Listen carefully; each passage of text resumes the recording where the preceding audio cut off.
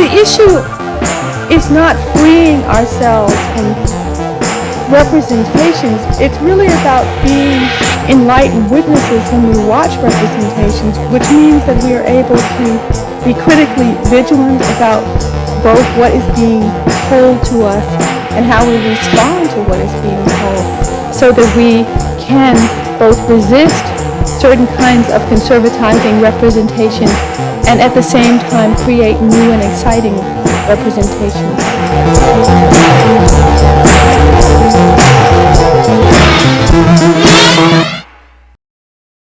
So nice to see you, G.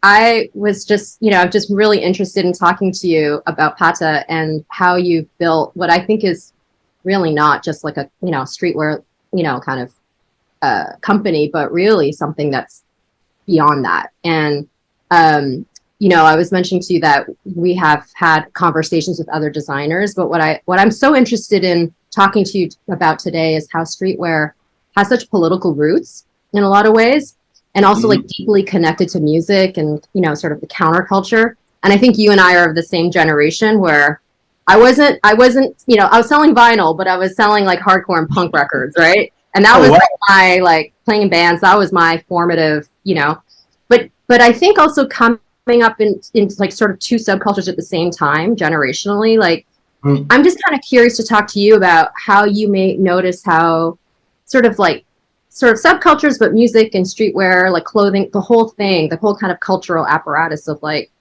what it means to be sort of anti-authoritarian or have like alternate values has sort of changed over time. And maybe I'm totally dating myself by saying that, and maybe you might disagree. But that's sort of some of the issues that I'm sort of like interested in talking to you about today, and sort of hearing your observations on that, because, we come from different parts of the world, have very different experiences, but I don't know, just sort of reading sort of your story in a way, I related a lot to it. And I grew up so. Yeah, like we are same generations, and I think in our generations we have a lot of things that we have in common. Like subculture was a real thing, and I'm not saying that it's not still now, but it's a way more global. We're living in a global world, right? Like information travels so fast. Like like we almost passed the age of information. So like like one snap of your eyes, and whatever's happening in the next 2 minutes on the other side of the world. You know what I mean? And the generation come from, like, information travels slower. So there was more search. Oh no, it was. I'm not gonna make that mistake. It was not more search, but a different type of search. Like you had to like move yourself for one. I think also like over time things accumulate in numbers. There's more, and I think that's a big part of curation nowadays. Like there's still the same amount of good stuff made, whether it's music, fashion, or whatever. It's just a gazillion times more. Like it's a gazillion times made. There's made a gazillion times more, and there's a gazillion more people doing it. So in that fact, like it's just another like form of hyper curation in that sense. So coming back to what we're talking about where we come from, is like, for me back then, all these things, all these little pieces of the puzzle were just exactly what I'm saying, pieces of a puzzle. It was one thing, one universe, and in that one universe, like there's specific language, specific attitudes, and there could be a punk attitude, there could be a hip hop attitude, there could be all these crossovers, but it actually stems almost from the same way of looking at things. You know what I mean? So the music could be different, but the attitude and the mentality was the same. And I really love that crossbreed of and humble jumble of being more about mentality and attitude than about, like, I would say, product and materialism, to name out two things. So yeah, I cherish it a lot, and I just want to make sure that I'm not going to be like an old grumpy person that says like, yo, back then, blah, blah, blah. But by nature, like that was what we had to face, like, and every time has its challenges. Our challenge was to find it, I would say. Like, that's not the biggest challenge. I think the biggest challenge now is to curate it. For those watching who like aren't sort of familiar with your story, can you take us back a little bit into sort of what made you decide to embark on a career in streetwear? Like, can you take us back to like, what was your scene? What was your Yeah, so my background is in music, like never been on the music producing or rapping or dance or whatever on that side, but I did do make radio, and I worked in a record shop for a long time, and the record shop was quite infamous. So that's Fat Beats. Fat Beats originated in New York, but at its peak had stores in LA, Tokyo, and one in Amsterdam. And we used to work in the Amsterdam one. That's me, Edson, and a whole crew of people. And actually, that was like the precursor of what Patta is now. Like it was a spot where we met each other, where we talked, where we debated about music, like puristic stuff, geeky stuff. And obviously, that combination also came with like Edson going to New York and bringing back dunks, and dunks being a thing, like us being introduced to this new skateboard brand, like like that was made by friends of us from Lafayette Street, like so all these little things came together, and yeah, we just had this like little spot in Amsterdam where we had this meeting place for people with the same frame of mind. And that's actually where it started. And so the music has always been the backbone, but we did the record shop and the hustling and all that type of stuff for a couple of years, and then obviously you want to spread your wings. So I started working at a record company. I did that for 2.5, 3 years. This is a little bit before the Napster days. Napster was coming up. The balance between doing stuff that I really loved and making sure that records were sold was getting out of balance for me. So I was like, yo, I'm gonna quit. As I quit, Edson was like, yo, I need to make moves too. I'm the manager of this record store right now, Fat Beats, and I want to move into something else as well. Now, well, through Fat Beats, we had all these connections, like in LA, in Tokyo, in New York, and like around the same time, like all these things were popping up, sneaker boutique culture and all these type of things. So we were starting to trade sneakers and all these type of like hustles. And from those little hustles and us seeing like, hey, you know what? That's something that we can do something with. Like we can do what we love. We can travel. Like we busy with fashion. We can use our network because we have to promote it. We want to do more than just being a place where product goes back and forth. We also want to have people that are our network being involved in what they do well. So it was like a little clubhouse, same as what Fat Beats used to be. So that was our mentality, and that's how we started it out. And we just started it and didn't really know where we were going. Like one thing led to another. That's the origin story of Patta. no, I feel like sympathy pains like when you talk about working in a record store because that was like such a major part of my life. Also, I was the only woman working there. You know what I mean? It was like a different time. But yeah, it's like bringing me back. I have a bit of like anxiety, I think, sometimes from it. So much filing of records. But do you think it's like when you talked about sort of how whether you're into hip hop or you're into hardcore or whatever you're into, you know what I mean? But there was a kind of ethos around that time.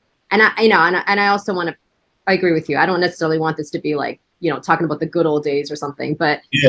but do you think it was like do you think it was a political sensibility that actually was shared, or do you think it was more just DIY kind of sensibility? Like, it's like again, like there's always so much nuance and so much different ways of looking at things. Like there was definitely a sense of like when I talk about hip hop, for instance, like it was in its early adolescent years, like the 90s, like, so hip hop was becoming a serious thing. It wasn't the big money thing that it is now, but it was starting to become that, because the Puffs was there, Dr. Dre's in the West Coast, and then, like, like, slowly but surely it started the beginning of the roots of the mega thing that it is right now. So I would say that, like, where we are right now, this is even a time that is even more political than whatnot. You know what I mean? Like, with all the things that we're talking about, like people getting canceled for reasons, like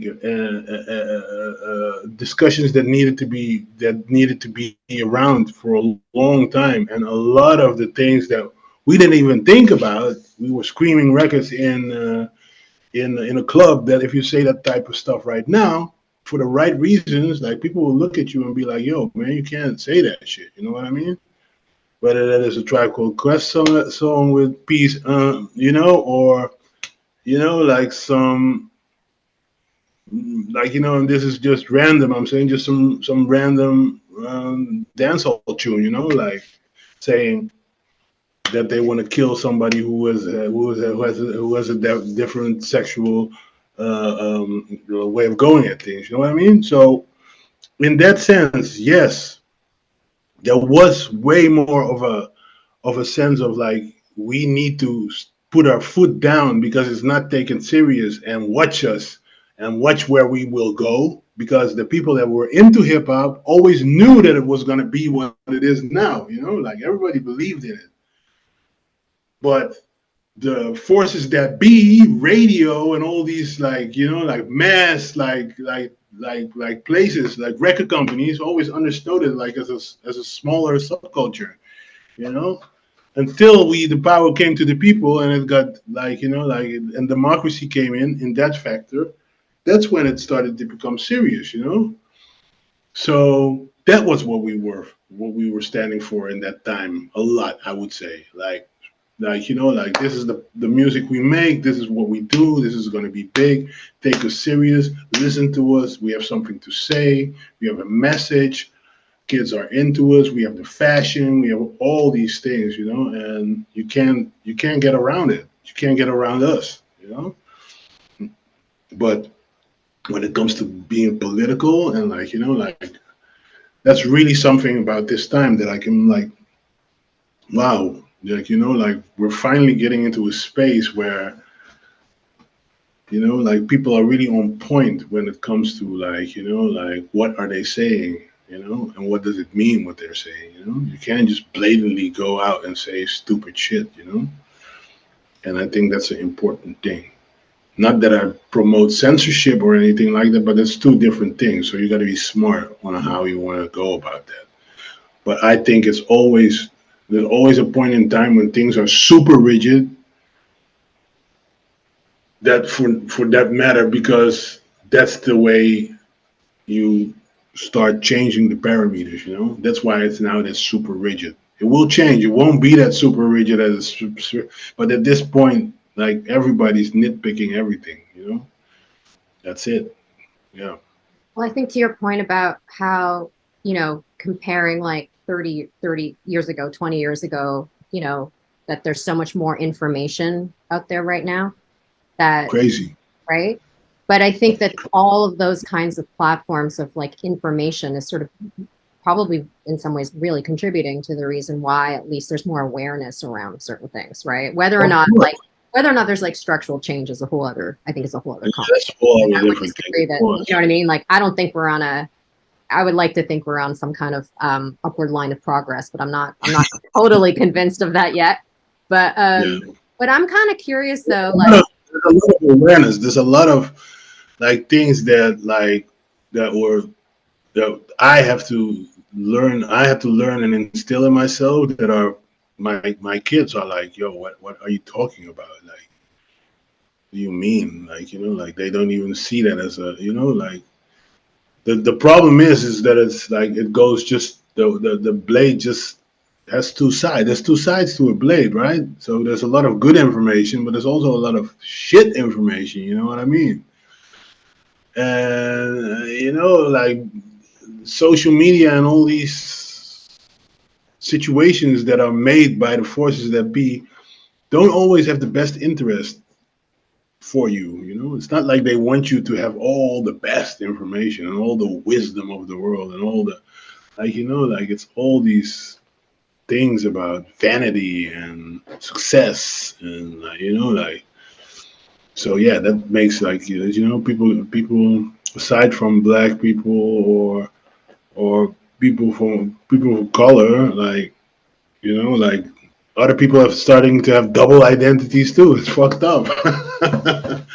No, it's fucked up, so there's a lot to be thought about, like like we're living in a difficult world, you know with all this information and all these things around. Like I'm sometimes also like look at my kids and I'm like, yo man, I wish some of these things were just way more simple. It's not always good to have everything, all the answers, like and all the product and all this. Like there's too much of everything. That's how I look at it.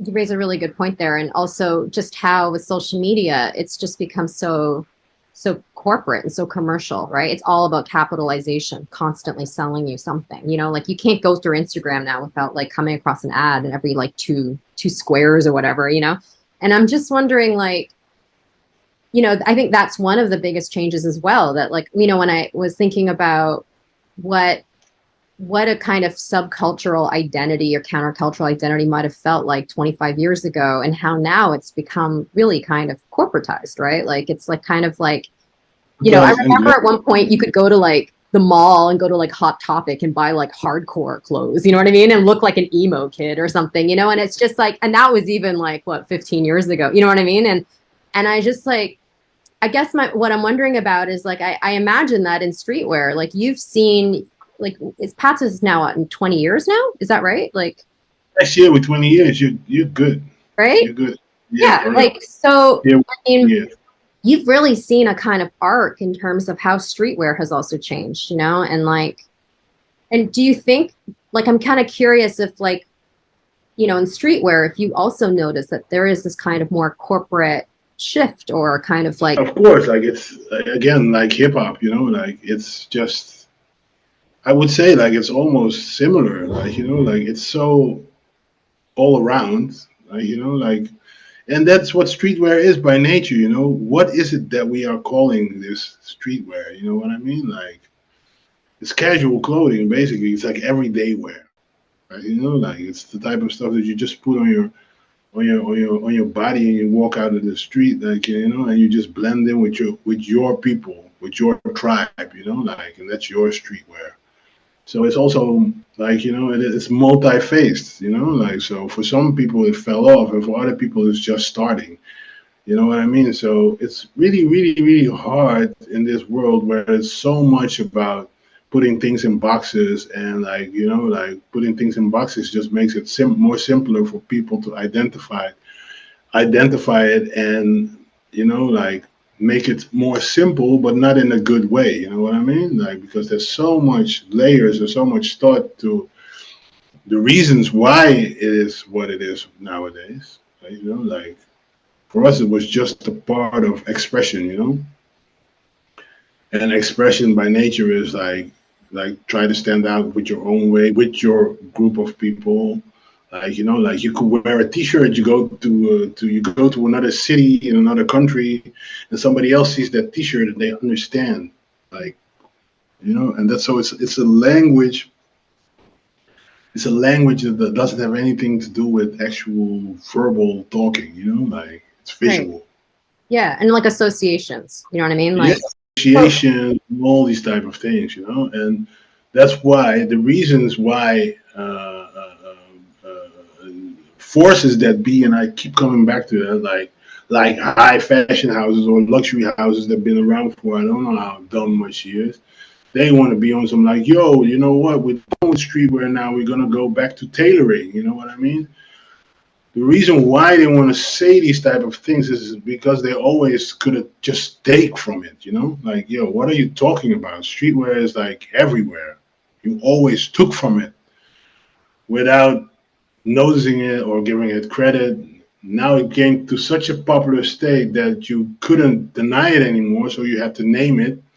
And by naming it and calling it out, you also thought that you then again would have the power at a certain place and position to then dismiss it again. Like, you know, like you're the one that made it where it should be, and then when everybody writes about like, yo, sneakers and like long t-shirts and hoodies are like, you know, like we don't want to see that on the runway no more. Like then you can dismiss it again, you know? It's not yours to dismiss in the first place, you know? Because it always has been part of what was going on there. Only you didn't call it out, you know? So I think it's just such a long conversation to understand what streetwear is, and if that name is actually correct, and if that and what do we think and what it is, you know, like and it has no beginning and it has no end. This word and this way of like, you know, and it's way more connected with what we were talking about in the beginning, because that's where a lot of it comes from, you know, like from subculture, from what is going on in the street. And what is going on in the street is always the truth, you know, like nobody can deny that. So it's forever going to be around. How can you say that it's not going to be there? Like, you know, like, please. So no, it's a good point you're making, you know, like it's, but also something that I want to state as well is like, what I really liked about it is that, like the example I just gave with just going to another place and just seeing somebody in the city is like which is just a lot of the joy in it, like was the common ground and the common place to get to know a lot of people with like a lot of same interests, you know. And we're living in a very global world now, so it's kind of a contradiction because you see way more what is going on in the rest of the world, but are you actually also meeting these people? What do you think, Esther? Do you think that people are in actual like my thing was I had to travel to get to some of these things. Like, you know, like I had to go to the US, I had to go to Tokyo, I had to go like, you know, to see some things for myself, to actually get some of the product that I wanted, like, you know, and by nature then also like, you know, I had to go to the UK to see London Carnival, like, you know, like all these type of things because there was no Instagram. So you had to go and experience yourself. And because people recognize some these things, I made like gazillions of connections, you know. I think these people are still making all these connections also now through Instagram and all that type of stuff. But do you think that it's the same? Is there still the same connectivity? Because that was also a very big part of actually why Patta is now what it is. And I think that's not only the case for Patta, but also like, you know, like Stussy Tribe is not for nothing, no Stussy Tribe, you know what I mean? And like, you know, like also like a lot of the other brands that are our peers also come from that like tribal community type of feeling, traveling, seeing a lot and everything like that. I'm just wondering how that would work in the world that we are living in today. Do you think it has still that same? I'm trying to like assimilate. I feel like this is like one of those like classic 70s conversations of like rap and rock or something, you know? I'm trying to like find the parallel in my world, but like yeah, I mean, I guess I would like relate it to touring in a band and like, you know, meeting people at shows. Just like that's how I didn't have money, you know what I mean? Like I didn't grow up with money, so that was my way of actually seeing a little bit of the US because I grew up in Canada. So it was but you're right, like I think we had like records were a way, like letters, like writing letters to people, you know, like fanzines, like, you know, and that was the point of connection of like actually forming friendships, you know. Like, I met a lot of friends actually through like fanzines. Yeah. Like that. I think you raise a good point because in a way we are living in an age of like total globalization where you can buy anything with the click of a mouse, right? And get it shipped anywhere. And it comes to you with like 2 days Amazon Prime, whatever. But I have noticed though that like people are thirsty for, I think young people especially, who don't know that kind of other form of like, they don't, they're like coming into their 20s now, let's say, I've just noticed that I think a lot of younger folks are really thirsty for that kind of connection, because even though they're hyper connected, doesn't necessarily mean that there's like authenticity in your actual like social interactions, and I think it's also a problem too of like how these social media, like all these social systems set up online that like promote a certain kind of sociability is usually pretty aggressive, actually, like it's not like there aren't protocols for like how people behave online, it's just sort of like a free for all. And I just watch people all the time attacking other people. Musk doesn't want that, like he doesn't want to have any protocols. Yeah, I mean, it's so just fucking, it's crazy, you know what I mean? Like, I'm like, but you know what? Like aside from maybe WhatsApp, like I'm not on any of that stuff no more, like. It might be because I'm old, but also because I just can't, like, like I can't do it no more. Like, like sometimes I feel so insecure and so vulnerable and so like, I don't need to be in this space. Like, like, like, no, it was just not comfortable anymore. So I've been on and off for a while, but I've now been off for a minute again, Yeah. But like, I do really love like, like when I see because again, like there's the two sides to the story is definitely that also like a lot of the youths and a lot of the people are so aware of themselves, aware of their environment, where they're from, what their worth is, you know what I mean? And like so informed. Like there's so much like, like the intelligence and like the energy and like it's also so inspiring, like youth culture now, like there's so much super inspiring stuff there, like like to your point, like say for if you look at brands like Awake and like like I think the day and age of like just having product for the sake of having product, like that's really interchangeable, like everybody makes a t-shirt, everybody makes a hoodie, everybody, like true to high fashion's points. Wait, no, but like it's so I think like like you can't look at yourself in the mirror and just sell clothing, like I think there should be more. Did you always And start out like? Did you always set out though to start Patta like with that different mentality though, that we didn't just want to sell clothing, we didn't want to sell shoes, like, or did it evolve? The thing is, as the truth be told, I did a lot for myself.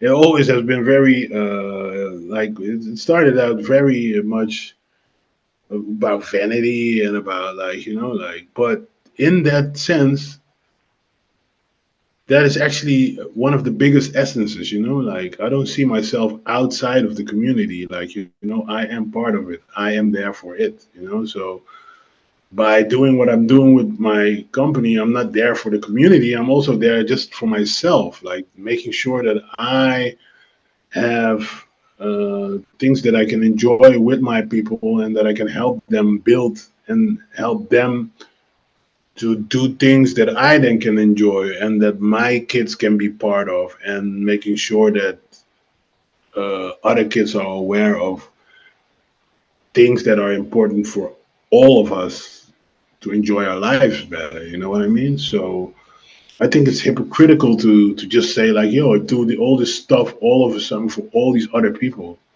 No, I'm actually doing a lot for myself, but not doing it for myself is because myself is us, It sounds very esoteric, but it's very simple because me and Edson, we started this shop, but we just wanted our friends to have a good time. And then, like, whoa, we just want to have everybody to wear the shirts that we really loved, and we wanted to travel and we wanted to, like, and then of course you get older, and then you learn more. Like you get to meet different people.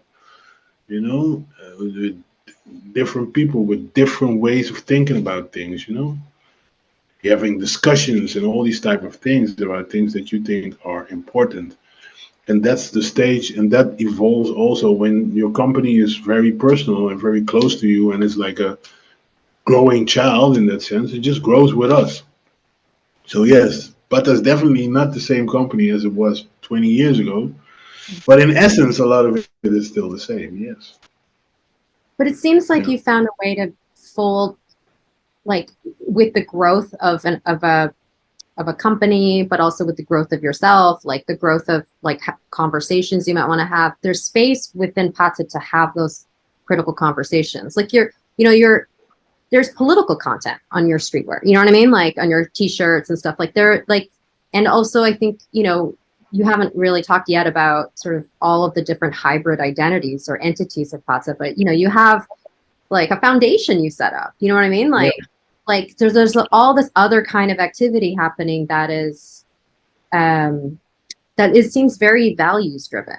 And I'm sort of like curious about sort of, well, I guess Yeah. I'm interested in the fact that this entity, you know what I mean, which may have started out with like appealing to like, sneakerheads, actually has grown in a way that's become Yeah. so much more than that. Yeah.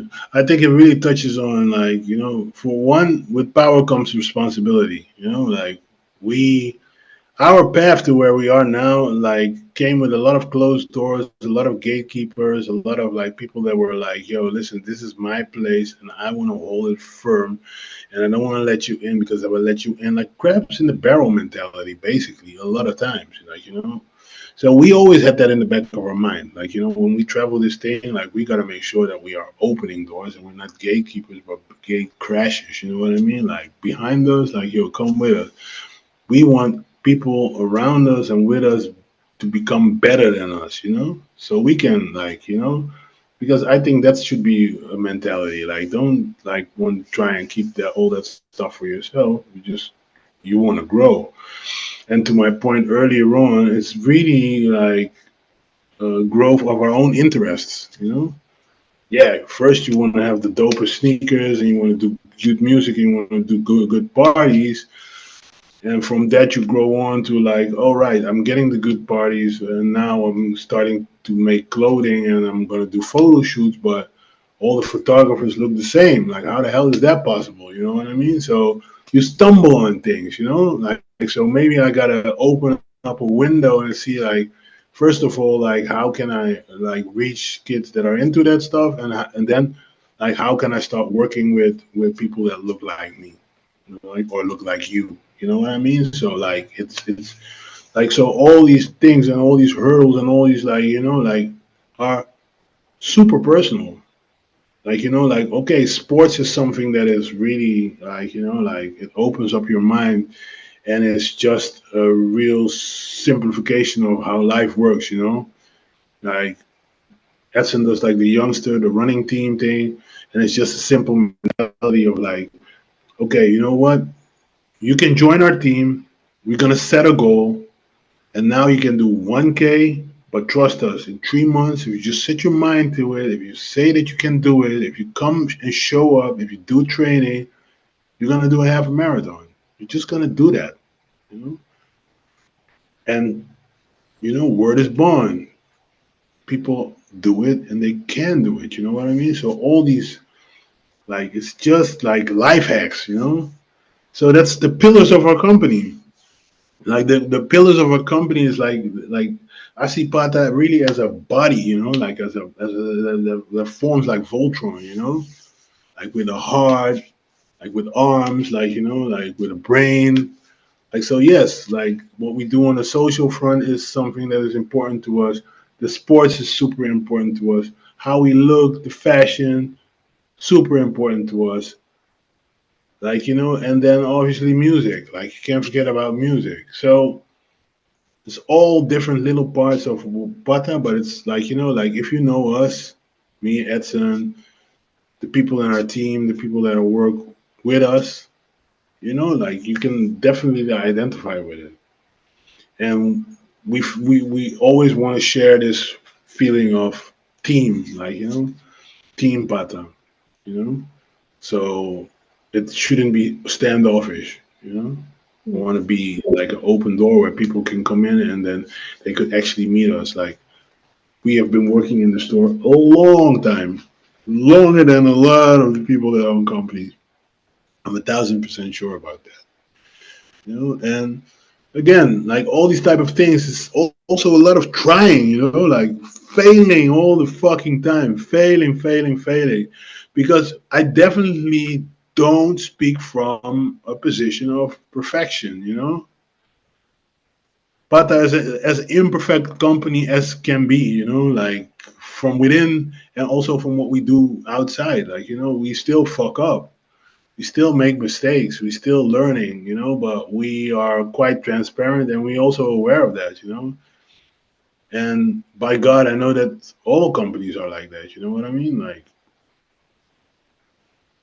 how diverse are you really? Like what I mean? Like, you constantly have to ask yourself these questions. Like, why am I saying that? Why am I doing that? Why, like, like, don't be afraid to ask yourself questions and also look in your own backyard.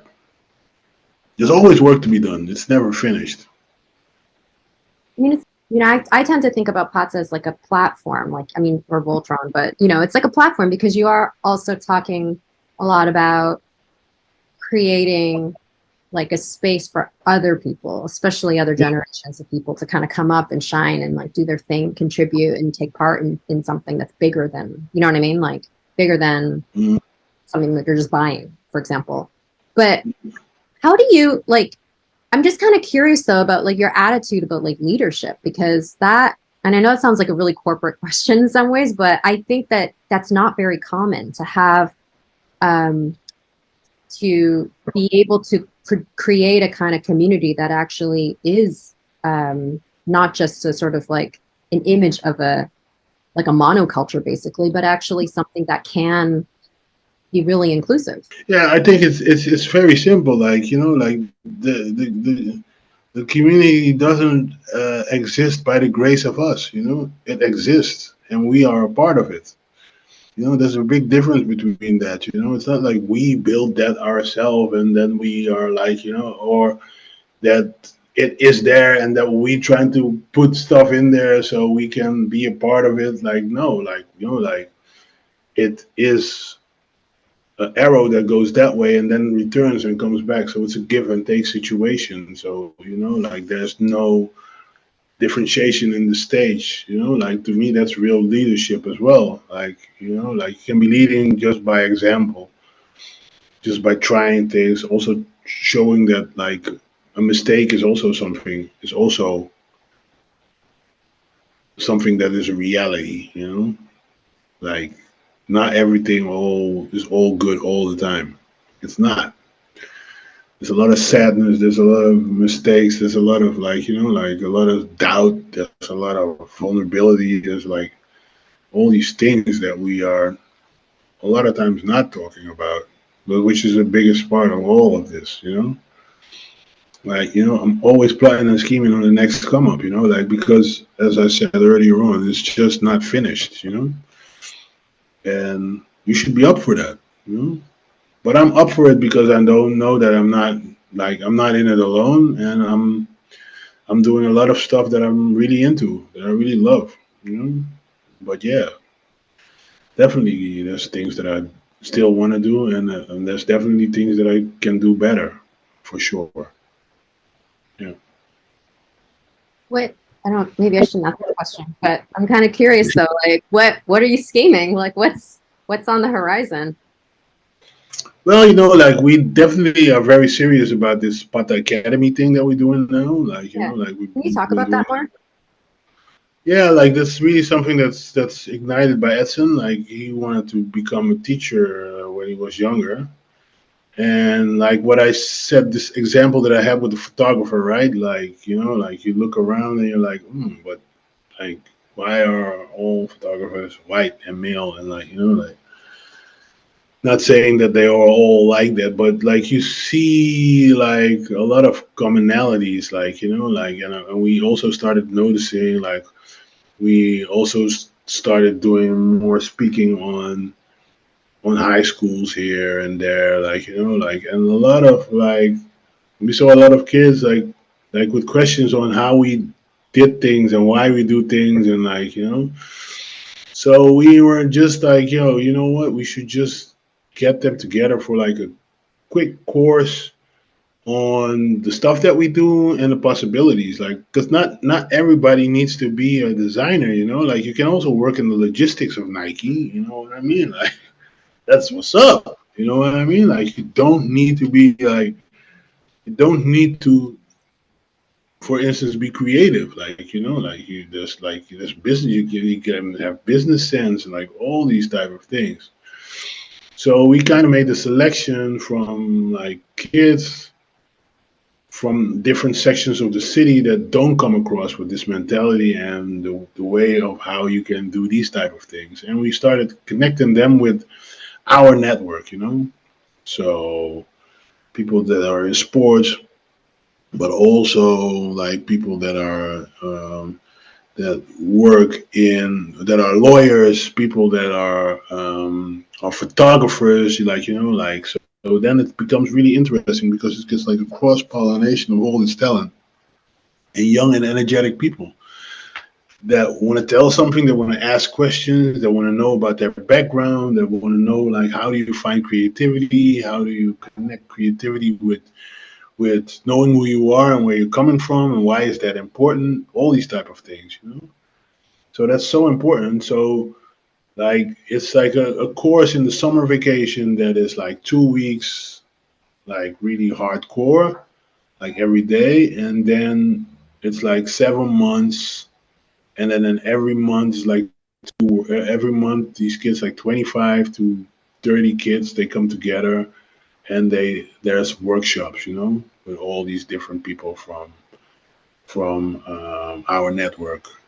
And the most important takeaway from this is that like Patta came where we are, I came where I am because of my network, like because after this interview, I know you, like that, like not like I know you, but like like yeah, I talked to G one time, and then like yeah, he knows something about this, and so that's how these type of things work, and that's how we, us as a people, that's how we grow and become really strong. So, like Patta's, every Patta Academy year is like when they are done and they have graduation day, they become alumni, So that's how we think. Like, yo, you know what? Like every year we have like 25 to 30 alumni, 25 to 30 people that know each other, and then they get to know the alumni from the year before. So that's 60.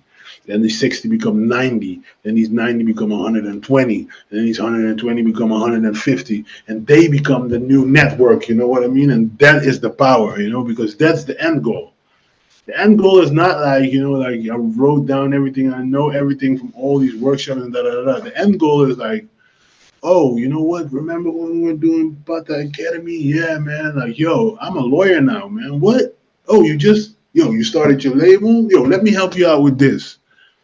That's how we got to do a lot of our things. Like, that's why Pete Parra made our logo. You know what I mean? Because he was a homie, it was around. Like, you know what I mean? Like, that's how these things go. Like, you get to know people, you meet each other, you link up, like you see what you can do, and then you network. Yeah, that's all Patta Academy. Like how do you build a network? That's it in a nutshell. Yeah. That's awesome. I think that, yeah, it makes me think a lot about, well, how this project started, office hours, right? Which is Yeah. similar. I mean, it's not a 2 week or, intensive academy, but it's the opportunities to just knowledge No. share amongst other POC folks, right? And I think also like, we didn't really get into it, but I think, it really started for me out of just my own, like, if you don't grow up with like seeing people who look like you on television or in media, certainly as someone in photo, I mean, I'm nodding furiously all the entire time you're characterizing that because I know it. You know what I mean? Like that's been the world that I've orbited in for decades now, and it's yeah, it's you know, it gets to be kind of like lonely a little bit, and also like you know, you want to kind of attract your tribe, and I think in a weird way, like office hours sort of ended up being that, and it really was just like people reaching out to me, asking me questions like for professional advice. You know what I mean? And me not being able to answer all of those questions. I don't do everything. So I can bring in people who are architects or like curators or writers or, you know, like image makers or people that can actually like knowledge share in that way. But it's become like a kind of incredible, yeah, I don't know. I don't know even how to describe it. It's just become this thing that I was totally unexpected in a way to meet like thousands of people from all over the world. You know, it's just kind of amazing. But yeah, I mean, I think I just have to say, like, I just have so much respect for like what you're doing and, you know, and I know like also to have like education be accessible, especially in a country like the United States is like unreal. You know what I mean? It's like so difficult right now to be educated here in this country. And it's not. Yes, it's that heavy now. Like you just have to be very privileged and rich or what? Totally. Yeah. Totally. Yeah. Right. Yeah. Like, And it's like, it's really hard from my side too, as someone that teaches, like seeing the inequity, you know, in the student demographics even, you know, like, yeah, I don't know. I don't know. I think more and more the fact that you're creating these platforms, I just have so much respect for that because it's just so much more needed. Like as we become more global in some ways, things also become more privatized, you know what I mean? And it gets, I'm kind of, I don't know. I'm kind of we're in the contours of the moment. So I don't really know how to like articulate this, but I think in some ways things seem more democratic in some ways, like, but on the other hand, it's actually much more corporate, much more privatized, much more, you know, like, and I think if we can get, you know, everyday people to have like control of the means of production in the way that you're saying, like, you know what I mean? Like be empowered to start their own thing. That is the real goal, right? Is that we can actually empower a lot of people to do what you're doing. 1000%. Like, you know, like I'm so like, and that's actually like you said, like, yo, it's great that I've been patient, but I was just really flattered that you like really put so much effort in actually reaching me and trying to find a way to do something. You know, like that's quite special. That's why I was like, all right, cool. Like she really wants to like, you know, like find a way in making this work. But then you kept on it, and I think that's really needed. Like, you know, like it's also like obviously it's also what do you make important? You know what I mean? Like, do you make it important that that it's all about like what's the color of the new season and what high plateau crazy shoe we want to wear now, or do we also want to know stuff that's behind the culture and the reasoning why we do specific things, and are we trying to build? You know, and that's really something that I really actually really like. That was a really big takeaway.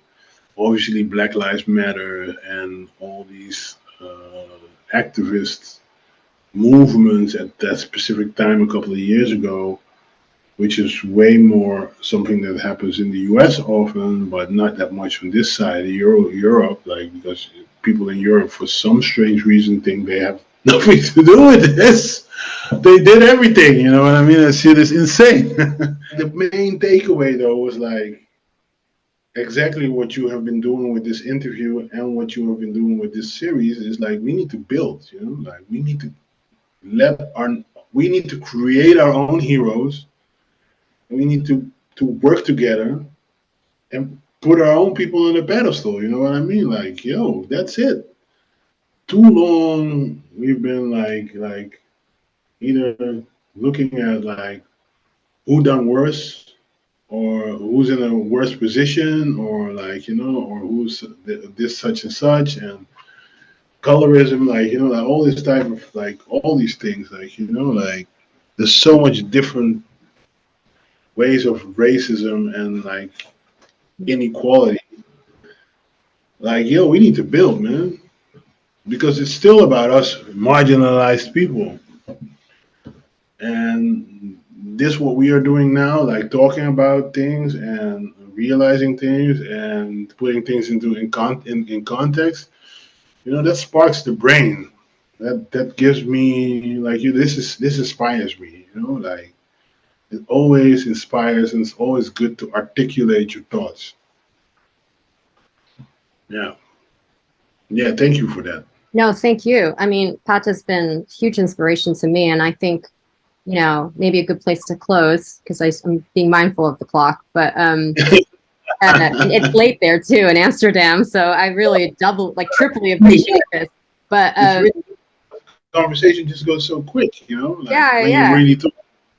But it's like something that you said earlier on that like I think sort of what I was trying to get at earlier was that I think the model of advancement, because with brands becoming like legal entities as people, like recognized as persons, basically, right? Like in the legal sense, and people starting to see themselves as brands, you know what I mean? Essentially, and you see that all over social media, right? Like people will tag them everything around them, like trying to, whereas like 25 years, I couldn't imagine that actually happening. Everyone was like anti-corporate, anti-da-da-da, for better or for worse. But I'm just saying that I think like the idea of, especially like BIPOC success, has become so much about like individualism. Do you know what I mean? Like that the advancement of people of color, and the economic advancement, like I'm all for, but when it is just about maintaining the status quo and being at the top of the mountain by yourself, like that's not justice. Do you know what I mean?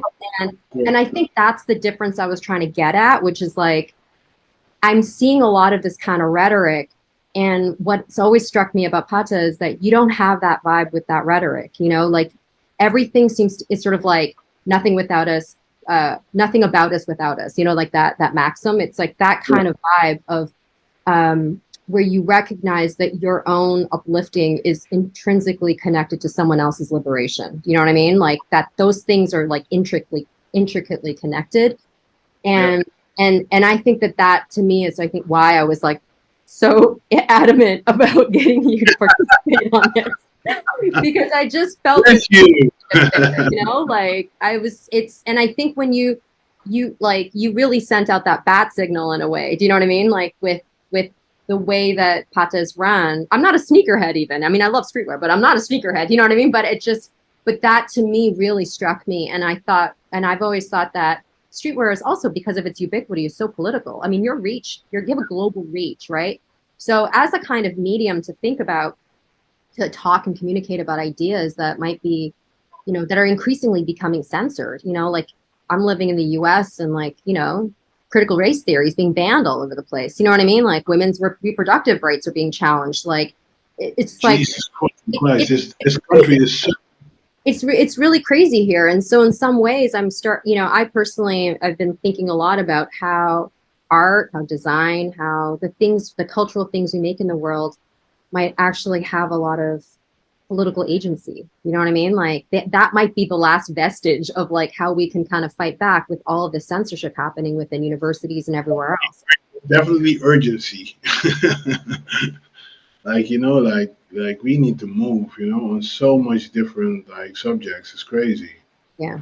Sometimes I get anxiety when I think about these things, you know what I mean? Like, damn, like it's just crumbling on so much places, but then at the same time, like, like you turn around and like my kids ask me questions that give me so much hope, you know what I mean? So it's like, it's not all fucked up and shit, but like there's a lot of work to be done.